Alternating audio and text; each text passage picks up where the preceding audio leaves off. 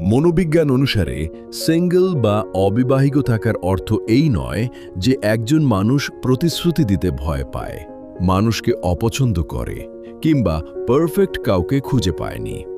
অনেকের কাছেই সিঙ্গল থাকাটা কোনো অপেক্ষার সময়কাল নয়, বরং এটি তাদের নিজস্ব পছন্দ এবং জীবনধারা। দীর্ঘ সময় সিঙ্গল থাকার পেছনে মানুষের মধ্যে মূলত 5টি মনস্তাত্ত্বিক বৈশিষ্ট্য কাজ করে। 1. স্বাধীনতার মূল্যায়ন। এরা নিজের সময়, সিদ্ধান্ত এবং জীবনযাত্রার ওপর পূর্ণ নিয়ন্ত্রণ রাখতে ভালোবাসে। অন্য কোনো মানুষের সাথে প্রতিনিয়ত আপোস বা অ্যাডজাস্ট না করে নিজের মতো করে ভাবার ও বাঁচার স্বাধীনতাকে এরা অত্যন্ত গুরুত্ব দেয়।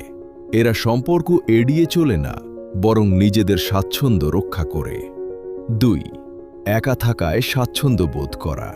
অনেকের একা থাকতে কষ্ট হলেও এরা একাকিত্বকে দারুণভাবে উপভোগ করে।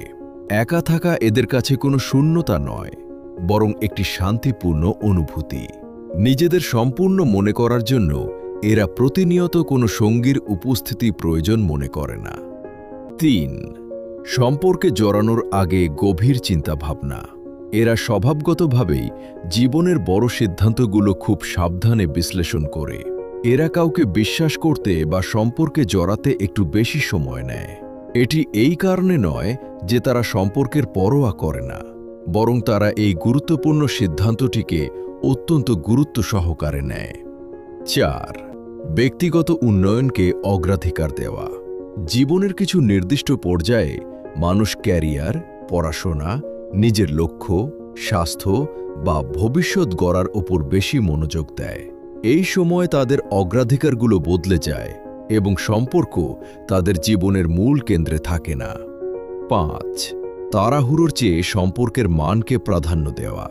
কোনো একটি অর্থহীন বা মনের মতো না হওয়া সম্পর্কে জড়ানোর চেয়ে এরা সিঙ্গেল থাকাকেই শ্রেয় মনে করে। এদের কাছে যে কোনো সম্পর্কের ক্ষেত্রে পারস্পরিক সামঞ্জস্য এবং গভীরতা সবচেয়ে বেশি গুরুত্বপূর্ণ। এমন আরও মানুষের মনের ভেতরের গল্প জানতে চাইলে চ্যানেলটা সাবস্ক্রাইব করে রাখো, কারণ এখানে আমরা শুধু মানুষকে দেখি না, আমরা বুঝি তারা কেন এমনভাবে থাকে।